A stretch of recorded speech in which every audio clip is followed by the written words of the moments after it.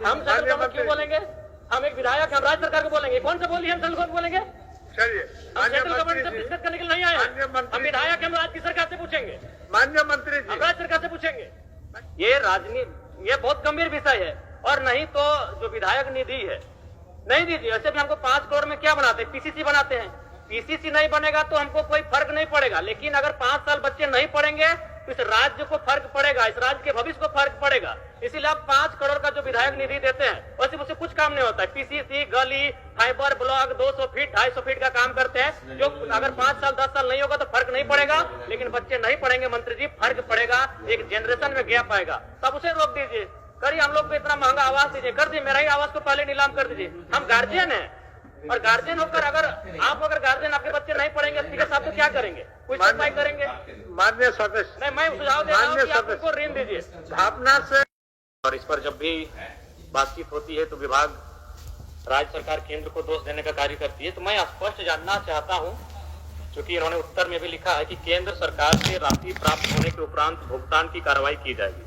तो मान के चलते हैं अगर केंद्र ने राशि का भुगतान नहीं किया तो आप स्पष्ट शब्दों में कह दीजिए कि ओबीसी छात्र छात्राओं को स्कॉलरशिप नहीं मिलेगा। बस हम इतना जानना चाहते हैं। अगर केंद्र ने राशि का भुगतान नहीं किया तो आप देंगे कि नहीं देंगे, एक लाइन में कह दीजिए। काहे इतना मतलब विवाद खड़ा करना? छात्र राजनीति में क्यों पिसेंगे? एक लाइन में, अगर केंद्र ने राशि का भुगतान नहीं किया तो आप देंगे या नहीं देंगे? माननीय मंत्री महोदय। माननीय मंत्री जी, सर, क्लास 1 से 8 तक कोई प्रॉब्लम नहीं है ओबीसी का, क्योंकि सारा पैसा स्टेट देती है। प्रॉब्लम सर 9 और 10 और पोस्ट मैट्रिक का है, और इन दोनों में 60-40 का रेशियो है। अब कानून बना है तो अब बना है सर, तो हम लोग तो वेट करते हैं। और इसीलिए हम मंत्री जी के पास भी गए, भारत सरकार के पास, और उनको सारा आंकड़ा भी बताए कि आप हमको देंगे तभी मेरा जो मेरा बजट का पैसा है सो खुलेगा। मतलब मेरे पास फाइनेंस रेजुलेशन है फाइनेंस डिपार्टमेंट का कि हाँ, कि वो नहीं देगा तो ये नहीं खुलेगा। जैसे हम मांगने गए सर तो वो सिर्फ 3 करोड़ रुपया दिया हमको, तो उसका 2.5 करोड़ रुपया राज्यांश निकल गया, तो 6 करोड़ रुपया मात्र हुआ। तो ये 6 करोड़ रुपया में तो होगा नहीं। अब हम फिर भी वेट कर रहे थे कि वो अगर आ जाए, मिल जाए, क्योंकि वो आ करके बोले भी कि मंत्री गए थे और हम उसको एश्योर किए हैं कि और ज्यादा पैसा हम भेजेंगे, लेकिन अभी तक वो आया नहीं सर। तो क्या पता आएगा कि नहीं आएगा, हम लोग भी असमंजस में हैं। और नहीं आएगा तो हमारे बच्चों का क्या होगा, ये भी हम लोग सोच रहे हैं सर। और इसीलिए हमारे पास बजट में जो पैसा है, क्योंकि उसके लिए एक प्रावधान है कि उधर से आएगा तभी हम खोल सकते हैं, इसको शिथिल करने की आवश्यकता हम महसूस कर रहे हैं सर। हमको देना है सभी ओबीसी बच्चों को, उसको आगे बढ़ाने के लिए हमको महसूस है इस बात को। इसलिए सर करीब करीब हमारे पास काफी इतना पैसा है जिससे कि ये संभव हो जाएगा। बजट के अनुसार 275 और 9-10 के लिए 39 करोड़ और 275 करोड़ है हमारा पोस्ट मैट्रिक के लिए, इतना पैसा है। तो ये शिथिलीकरण के लिए हम लोग लेटर लिख रहे हैं। कल हमने वित्त पत्र भी जारी कर दिया सेक्रेटरी को कि आप इसका वैकल्पिक व्यवस्था करें। केंद्र नहीं देगा तो उसकी बात है, मत देने दीजिए। हम क्या करेंगे उसको बात बताइए, मेरे पास बजट में है उसको क्लियर करिए। तो हमने लिख दिया है, कुछ दिनों में हम लोग इसका व्यवस्था करेंगे। पिछले कल के अनुसार हम शायद लगता है कि इसको हम लोग ठीक कर देंगे। चलिए जयराम जी, अच्छा उत्तर हुआ। नहीं, ठीक है अध्यक्ष महोदय, 1 साल से ज्यादा हो चुका है, तो वही तो हम नहीं, कह रहे हैं, सही अगर केंद्र नहीं दिया तो क्या आपके पास विकल्प है? क्या तैयारी आपके? नहीं, तो जयराम जी, सर आप शायद ध्यान से 1 साल से ज्यादा हो चुका है। नहीं, सही बात हो चुका है, सही बात है। केंद्र आपका सवाल को मंत्री जी स्वीकार भी किए और वित्त पत्र भी लिख चुके हैं। ये उत्तर नहीं हुआ। अच्छा, हम थोड़ा सा उनके आंकड़ों के अनुसार ही जानना चाहेंगे मंत्री जी से कि 2023-24 में कितना राशि स्कॉलरशिप के लिए भुगतान किया गया था 2023-24 में? माननीय मंत्री जी, 2023-24, हालांकि 2023-24 में आप शायद नहीं थे, फिर भी थोड़ा सा जानकारी हासिल करके। सर 23-24 में ठीक है आप बोल रहे हैं, ये तो लिखा हुआ है। 23-24 में 67.88 करोड़ हम लोगों ने डिमांड किया था, उसके बदले में 7.35 आया, केंद्र का हिस्सा इतना ही आया। 24-25 में 66.14 करोड़ रुपया डिमांड किया, 12 ही करोड़ आया।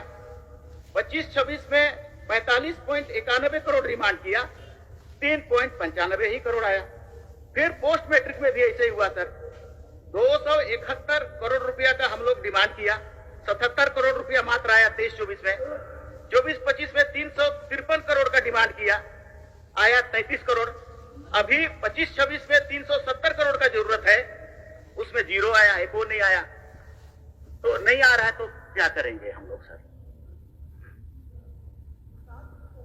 वही तो मैं कह रहा हूँ कि ठीक है, मैं एक सुझाव देना चाहूंगा। बताइए सुझाव बताइए। मैं एक सुझाव देना चाहूंगा कि जब तक केंद्र का अंश नहीं मिल रहा है तब तक आप तमाम छात्रों को ब्याज रहित ऋण दे दीजिए। जब अंश आ जाएगा आप काट लीजिएगा। ये राजनीति, ये बहुत गंभीर विषय है। और नहीं तो जो विधायक निधि है नहीं दीजिए। ऐसे भी हमको 5 करोड़ में क्या बनाते हैं, पीसीसी बनाते हैं। पीसीसी नहीं बनेगा तो हमको कोई फर्क नहीं पड़ेगा, लेकिन अगर 5 साल बच्चे नहीं पढ़ेंगे तो इस राज्य को फर्क पड़ेगा, इस राज्य के भविष्य को फर्क पड़ेगा। इसीलिए आप 5 करोड़ का जो विधायक निधि देते हैं वैसे उससे कुछ काम नहीं होता है। पीसीसी, गली, फाइबर ब्लॉक 200 फीट 250 फीट का काम करते हैं, जो अगर 5 साल 10 साल नहीं होगा तो फर्क नहीं पड़ेगा। लेकिन बच्चे नहीं पढ़ेंगे मंत्री जी, फर्क पड़ेगा, एक जनरेशन में गैप आएगा। तब उसे रोक दीजिए। करिए, हम लोग को इतना महंगा आवास दीजिए, कर दीजिए। मेरा ही आवास को पहले नीलाम कर दीजिए। हम गार्जियन हैं, और गार्जियन होकर अगर गार्जियन आपके बच्चे नहीं पढ़ेंगे स्पीकर साहब तो क्या करेंगे, कुछ उपाय करेंगे? मान्य सदस्य, नहीं, मैं सुझाव दे रहा हूँ कि आप उनको ऋण दीजिए। भावना से नहीं तो 1 साल बीत चुका है, 1 साल बीत चुका है। भावना कुछ कानून 15 दिन के लिए होता है, भावना 15 दिन के लिए होता है, आपका 25 दिन के लिए भावना होता है। सही है, आपका भावना तो सही मैं तो है। सुझाव दे रहा हूँ उनको ऋण दीजिए, बिना ब्याज के ऋण दीजिए। हम सेंट्रल गवर्नमेंट क्यों बोलेंगे? हम एक विधायक, हम राज्य सरकार को बोलेंगे। कौन से बोलिए हम सेंट्रल गवर्नमेंट बोलेंगे? चलिए, हम सेंट्रल गवर्नमेंट से डिस्कस करने के लिए नहीं आए हैं। हम विधायक, हम राज्य की सरकार से पूछेंगे, माननीय मंत्री जी, हम राज्य सरकार से पूछेंगे। बोल रहा है ये ऋण का बात नहीं है। हमने जैसा आपको कहा सर, मैंने क्या कहा? मैंने ये कहा कि वित्त पत्र हमने जारी किया है वित्त विभाग का रेजुलेशन को शिथिलीकरण करने के लिए। तो क्यों ऐसा किया? पैसा लाने के लिए। ज्यादा से ज्यादा जल्दी से जल्दी पैसा आएगा, हम लोग डिस्ट्रीब्यूट करेंगे। लेकिन हम केंद्र का हिस्सा है तो उसको देना, उसका ऑब्लिगेशन था कि नहीं था, उसको वेट करेंगे कि नहीं? वेट कर रहे थे, नहीं आया तो अब हम अपना प्रक्रिया शुरू कर दिए स्टेट का पैसा देने के लिए। कुछ समय लगेगा, कर देंगे हम लोग। ठीक, कर देंगे। अध्यक्ष महोदय, इससे संतुष्ट थोड़ी हो पा रहे हैं। आप नहीं दिया केंद्र तो क्या करेंगे? वही तो एक लाइन बोल दिए। नहीं, हम कुछ नहीं, बोल दीजिए एक लाइन में कि अगर केंद्र का अंश नहीं आया तो राज्य के ओबीसी छात्रों को स्कॉलरशिप नहीं देंगे। जयराम जी, माननीय मंत्री ने बड़ी उदारता के साथ आपको जवाब दिया। महोदय, आदरणीय मंत्री जी से भी हम कहेंगे 1 साल से ज्यादा हो चुका है। हाँ, ठीक है। विलंब के लिए मंत्री जी को भी दुख है, तकलीफ है, और उन्होंने इसको भुगतान कराने की दिशा में वित्त पत्र लिख चुके हैं। एक नियम है, उस नियम को शिथिलीकरण करने के लिए। तो जैसे ही शिथिल हो जाएगा भुगतान क्या करेंगे। बच्चों, हम बोल रहे हैं तब तक ऋण दे दीजिए ना, बिना ब्याज पर ऋण दे दीजिए। अब माननीय मंत्री जी बताएंगे इसका विकल्प क्या है? माननीय मंत्री तो हम जान नहीं रहे। देखिए, ये गंभीर विषय है। क्या है? बिना ब्याज पर ऋण दीजिए, और जब केंद्र का अंश आएगा, जब आप स्कॉलरशिप दीजिएगा, आप काट लीजिए। सर, ऋण एक तो सरकार या विधि या विभाग बैठिए, जरा सिस्टम से चलता है।